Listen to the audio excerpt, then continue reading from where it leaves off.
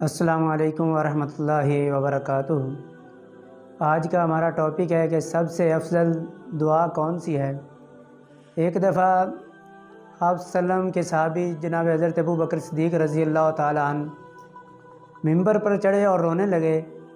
پھر کہتے ہیں کہ میں نے رسول اللہ صلی اللہ علیہ وسلم کو دیکھا ہے کہ وہ بھی ممبر پر چڑھے ہیں اور رونے لگے ہیں، اور کہا کہ لوگوں، اللہ رب العزت سے عافیت کا ہمیشہ سوال کیا کرو، کیونکہ آپ صلی اللہ علیہ وسلم نے فرمایا ایمان کے بعد، یقین کے بعد عافیت سے بڑھ کر کوئی نعمت نہیں ہے۔ آپ صلی اللہ علیہ وسلم نے فرمایا ہے، اس کے بعد ایک اور ارشاد ہے کہ جگہ اور ارشاد فرمایا ہے، جس شخص نے صبح کی اس حالت میں ہو کہ وہ اپنے گھر میں ہے، امن سے ہے، سکون سے ہے، اطمینان سے ہے اور عافیت سے ہے۔ عافیت سے مراد تندرستی ہے، اللہ رب العزت نے اسے کسی بیماری میں مبتلا نہیں کیا، سکون سے ہے، تندرست ہے، صحت مند ہے، اور تیسرے نمبر پہ صرف اس کے پاس ایک دن کا کھانا ہے۔ تو اللہ رب العزت کے پیغمبر جناب محمد رسول اللہ صلی اللہ علیہ وآلہ وسلم فرماتے ہیں کہ اس کے دامن میں پوری دنیا کی نعمتیں ہیں۔ دیکھیں، جس کے پاس تین چیزیں ہیں، امن ہے، اپنے گھر میں ہے، امن ہے، عافیت ہے، اور تیسرے نمبر پہ صرف ایک دن کا کھانا ہے۔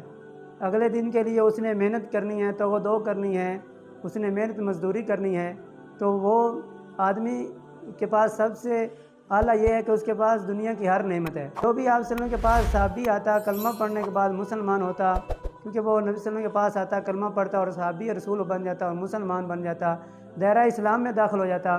تو سب سے پہلے کلمہ توحید کے بعد آپ صلی اللہ علیہ وسلم نے عافیت کی دعا پڑھاتے۔ جو بھی صحابی رسول نبی صلی اللہ علیہ وسلم کے پاس کلمہ پڑھتا، اس کے بعد سب سے پہلے آپ صلی اللہ علیہ وسلم انہیں عافیت کی دعا پڑھاتے، اور وہ دعا یہ ہے، آسان سی، اتنی مشکل بھی نہیں ہے، اللہم اغفر لی ورحمنی وآہدنی وعافنی وارزقنی۔ اس کا کیا مطلب ہے؟